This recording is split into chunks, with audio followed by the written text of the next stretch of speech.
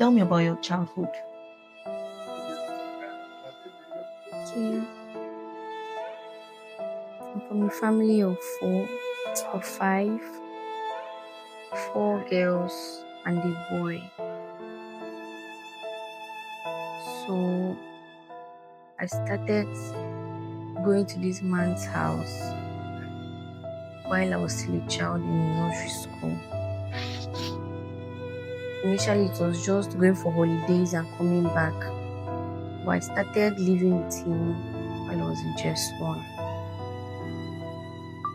And he didn't show any sign of somebody that will do that kind of thing or somebody that will molest a child. So my parents gave me out when I was in just one. And while I was in SS2, I think there was a night both of us were at home alone. So he asked me to lie on his body. And I was trying to be conscious of how I lied, to close my legs. But he was like, be free, open your legs, lie well, be okay. That was the meaning, be free, open your legs, lie well, be okay. And then subsequently, a night, few nights after, I was sleeping at his room upstairs. He came and was touching me, was rubbing my body. I couldn't move, I just stayed still.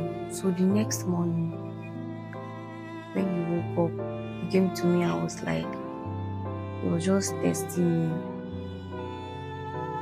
Next time, if a new man tries to touch me, I should react. Some days passed and let me say a week after, that was when everything started. He would come on top me. Hold on, were you always sleeping in this room or that night you just decided to? Yes, I was not always sleeping in this room.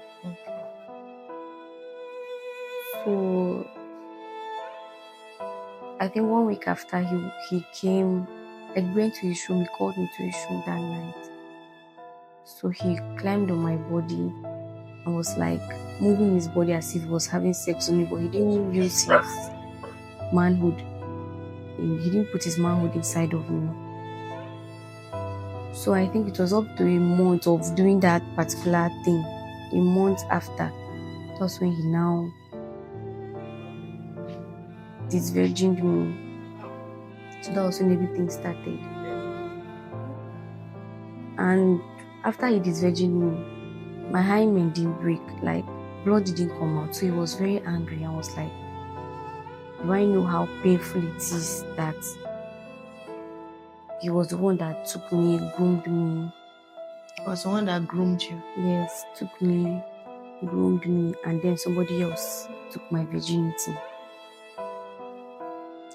So I was not I've never slept with anybody before. You're the first person I've slept with. I've never had sex with any other person. He said it's a lie. That do I know how many girls he has disvirgined? So that was how everything continued, the sex part. Meanwhile, I would say I want to stop. I didn't want to do anything again. He would tell me that the day I stop having anything to do with him, he will stop helping me, he will stop assisting me. So the fear, and I was already vulnerable to him because of the way he raised me up, making me feel like he loved me. Meanwhile, he was raising me up for something else. So I think a year came where I left the house. He came to where I was and looked for me. So he now saw me. When he saw me, he took I and my sister to a hotel and said he wanted to just discuss with us. So while he finished talking with I and Why my did sister, you leave the house? Because of everything, I left the house. Because of the sexual aspect, I just left the house. So he came to look for me and he saw me. He took me and my sister to the hotel. Told us he wanted to talk to us. So after speaking to me and my sister, he asked my sister to excuse us. So there in the hotel room, my sister was standing outside. He was inside. He had sex with me in the hotel room. I was like, he's okay. And before having sex with me, I was like paranoid. Like there was something that was not complete. So when he now had sex with me, he was not like he's now okay. So I told my mom about everything. I told her about everything. And this man made me have abortion for him 4 times. I told my mom everything, told her about the abortion. She, even after I left the house, she still wanted me to go back to the house. I think out of the fear that nobody's going to take care of me or they didn't have money to sponsor me in school. And she was trying to protect my image, trying to protect his own image too because he's a pastor. Trying to protect my image, trying to protect his own image also. And saying, what will people say if I leave the house after his wife left the house? Because his wife left the house. She left the house. So she was not like, people will say I'm the one that made the wife to leave the house, that I should go back. I went back to the house and everything continued. Not until I came to school. Also, I had the boldness to tell him. As that when you went back to the house, the wife had left. Yes. So you were left with just him. Yes. In the house. Yes. So when I came to school, when I came to school, that was when I had the boldness to tell him. I had the boldness to tell him subsequently, but he will always tell me that if I stop doing anything with him, that he's going to stop helping me, and he will always tell me he's not using me, that he's just wanting me to not sleep around. It's better for me to sleep with him than for me to be sleeping around with other guys, than for me to have many body counts. So when I came to school, I told him I didn't want anything to do with him again. I got angry, said so many things, and he told me that when I'm ready to get married, that he's going to leave me. He's not going to do anything with me again. That he is going to sleep with you till when you're ready to get married. Yes. So he will leave you when you're ready to get married. Yes. Okay. So when I told him I didn't want anything again, he got angry and he stopped talking to me. And then when he now found out that I was in a relationship, he blocked me and stopped talking to me entirely.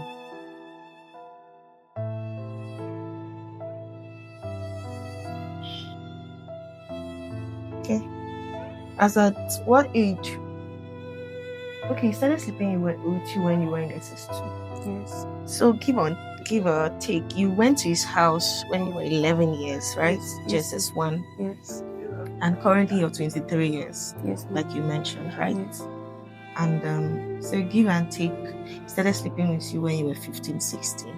Yes. And you were a child. You were a child when he started sleeping with you. And I want to believe before 18, you got pregnant for him. Yes. And he took you. You said he got pregnant for him 4 times. Yes. And he by himself took you to abort those pregnancies. Yes, ma'am. Wow. Can you remember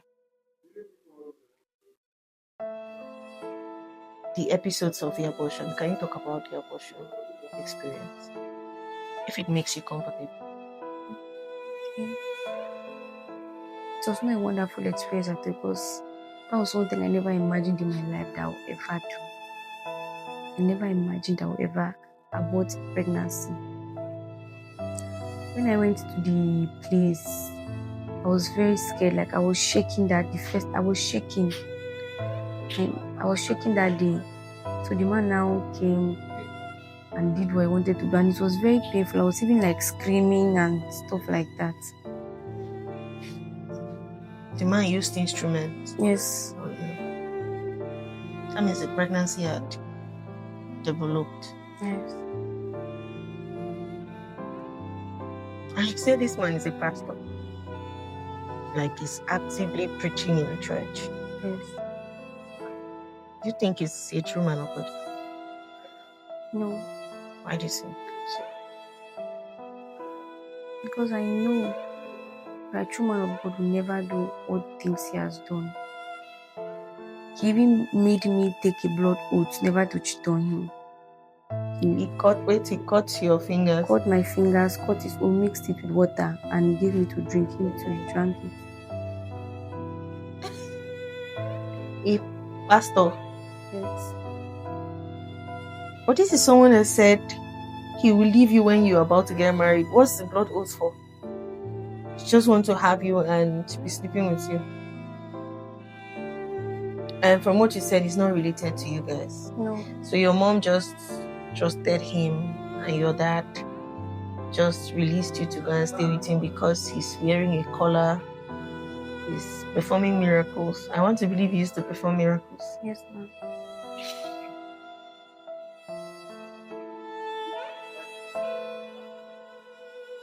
Did the wife ever speak to you about what was happening? No, she did not. She didn't. Yes. Do you think that she suspected that something was happening in that? She did. I think she suspected. Why? How did you know that she suspected? I think there was a day they had an argument where I don't know, I can't really tell what we're hearing from where we're sitting. It was about, I think she told him, because even there are sometimes he will even take me to church, have sex with me in his office in church. Yes. It takes you to church and he will have sex with you in the church office. Yes, ma'am. Okay. So I think his wife now suspected and I think she told her mom that he's doing something with me also. So they were now shouting. Before I knew, he called me upstairs. And like there were people there. He called me upstairs and was shouting. I was asking, am I having anything to do with you? That fear was like, I didn't even know what to do. I just answered. I told them no. He now said, go, just go. That was how I knew she suspected. And she did not show you, she wasn't bad towards you. Okay. What do you want? You're just sharing your story. If you don't feel capable enough to confront this man because you're in school now and your mom, according to you, someone has spoken to your mom, and mom is no longer pressurizing you to go back to stay with him. I don't know her aim, but like I said, I'm not going to sugarcoat anything. You take it from me that your mom is a terrible woman. She didn't act right. She saw her child that she carried for 9 months go through such pain and shame, and she still insisted that you go back to meet the man. I don't know the covenant that she has with the man. Maybe the man sends her money. Maybe the man sends your mother money. Are you aware of any period that he sends? He does. He sends money. Even there, sometimes there was once my dad didn't have money to pay for house rent. He gave them the money. Exactly. That was the thing that was like making her sentimental and Exactly. So it must be something that she's benefiting from and she's damning the consequences. Like I said, your mom did not act right. She acts like a good mother. Nah, she's not. So probably you're sharing your story so that somebody out there will act better, stand in for a child. You mentioned that your father was furious at some point. Your father knew about it and he came and acknowledged. You mentioned something. Can you talk about it? Yes. Okay, so when I told my parents about it, he came to the house. Like he wanted to apologize. When he came, he now lied to my dad that it was just once he had sex with me. It's not about lying to your dad. For your dad to even hear that he touched you once should have infuriated him, because I know it's something that men cannot stand, right? Men will not see their babies. Most men cannot stand seeing their babies being molested by their fellow men, because they understand. Do you understand? So your dad still kept quiet.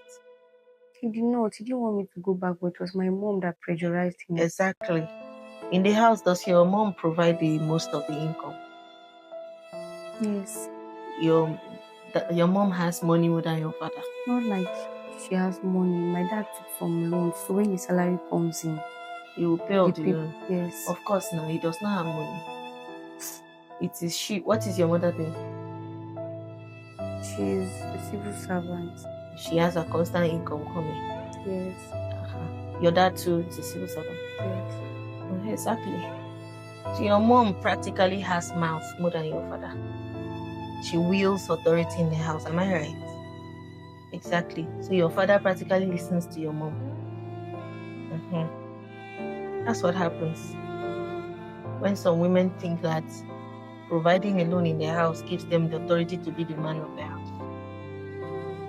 Most times their leadership falls to home. So she practically shut your father up. After all, he does not have money to cover up the house rents.